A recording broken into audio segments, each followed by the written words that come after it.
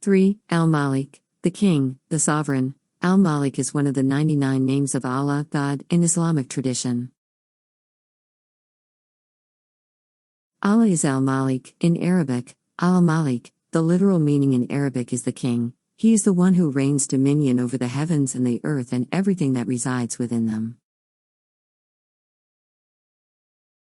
There is nothing above him, and he is alone. As a divine attribute, it signifies the absolute sovereignty and authority of God over all creation. It reflects his power, control, and dominion over everything in the universe, as he is the ultimate ruler and sustainer of all. Muslims often invoke this name of Allah to acknowledge his kingship and to seek his guidance and mercy in their lives. This name of Allah subhanahu wa ta'ala tells us he is the absolute ruler, without any objection or partnership. Ibn Arabi says Al-Malik is the one for whom nothing he wants to do in his sovereign kingdom is difficult, all things in existence come from him, and he presides as a sovereign ruler over them. There is a difference in Al-Maliku, Al-Malik, and Al-Malik, Al-Malik. Phonetically, the difference is the second is said with a stress on the letter A.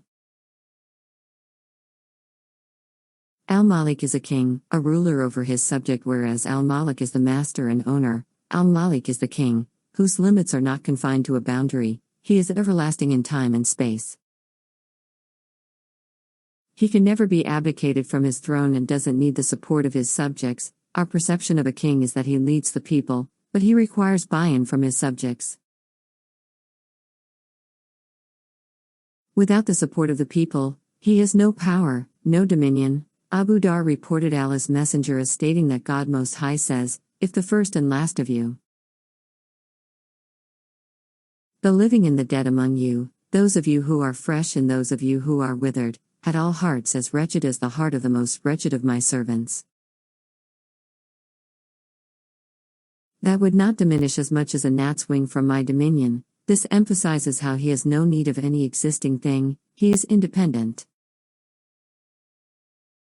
If all people were wretched in their hearts, i.e., they did not believe, he would still be the king, his dominion would not diminish even by a gnat's wing.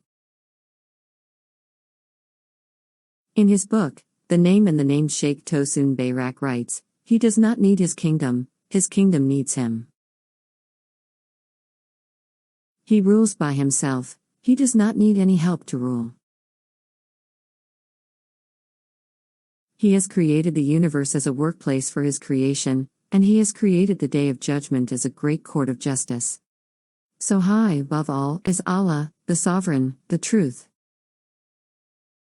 And, O Muhammad, do not hasten with recitation of the Quran before its revelation is completed to you, and say, My Lord, increase me in knowledge." Quran 20-114. Say, O Muhammad, O Allah, possessor of the kingdom, you give the kingdom to whom you will, and you take the kingdom from whom you will, and you endue with honor whom you will, and you humiliate whom you will. In your hand is the good. Verily, you are able to do all things. Quran 3:26. So exalted is Allah, the Sovereign, the Truth. There is no deity except him, Lord of the noble throne. Quran 23-116.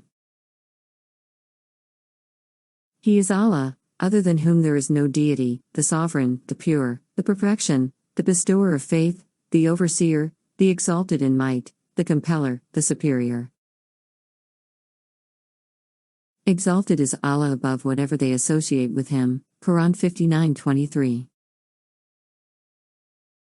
From the Hadith, it mentions Allah's Messenger as saying, "The most awful name in Allah's sight on the day of resurrection will be that of a man calling himself Malik al-Amlak, the King of Kings." There can be no King of Kings, as Allah subhanahu wa ta'ala is the King of Kings. To say otherwise would be blasphemous. Our belief and understanding that Allah subhanahu wa ta'ala is al-Malik, the King, enables us to realize all matters we seek belong with him. We see how this name encompasses an aura of grandness and majesty. He has complete knowledge, power, and rule over all his creation. So if we seek refuge, we should confide in Allah subhanahu wa ta'ala because only He can help provide relief. If we seek the bounty, we should ask from the King of Kings because He is the only true provider with no limits. This belief also frees us from the shackles of dependence on wealthy leaders that may cause us to compromise our morals and integrity so that we may be in their favor.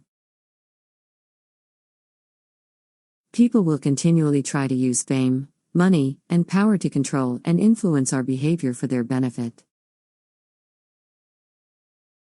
But for the person who knows Allah subhanahu wa ta'ala as Al-Malik, they can break hold from the power others may hold over us. They see the illusion and don't fall for their tricks. A person who is Allah subhanahu wa ta'ala only needs Allah. They are free from worldly desires and can find happiness within. They can then focus on how to fulfill their duties and obligations as Muslims so that they may live like a king in the Akhirah. There are other verses in the Quran that make mention of this name with its variations. If you'd like further reading, you can see Surah Fatiha Ayah 4, Surah Buruj Ayah 9, Surah Al-Araf Ayah 158. Here are a few additional verses in the Quran with tafsir. 1. Surah Al-Hashr, 59-23, He is Allah, other than whom there is no deity, the sovereign, the pure, the perfection, bestower of faith, the overseer, the exalted in might, the compeller, the superior. Exalted is Allah above whatever they associate with Him. Tafsir, in this verse, Al-Malik is mentioned alongside other divine attributes of Allah. Here, it emphasizes Allah's sovereignty and His absolute control over all affairs.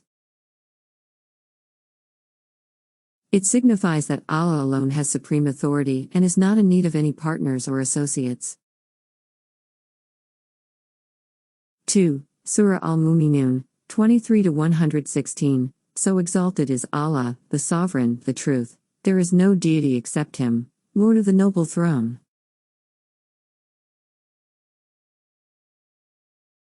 Tafsir, here, Al-Malik is mentioned along with Al-Haq, the Truth. It highlights that Allah is the true and ultimate sovereign, who possesses the noble throne.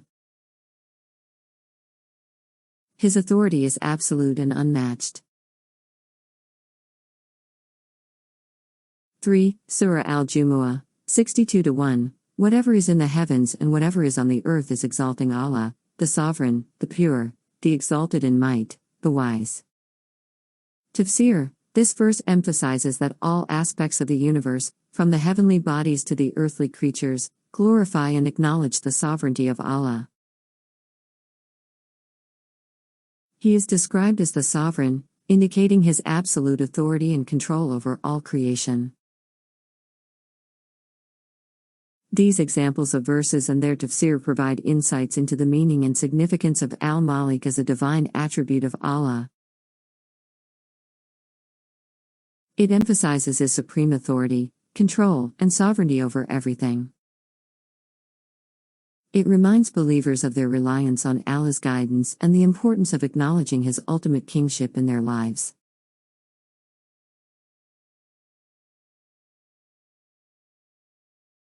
Hadith references.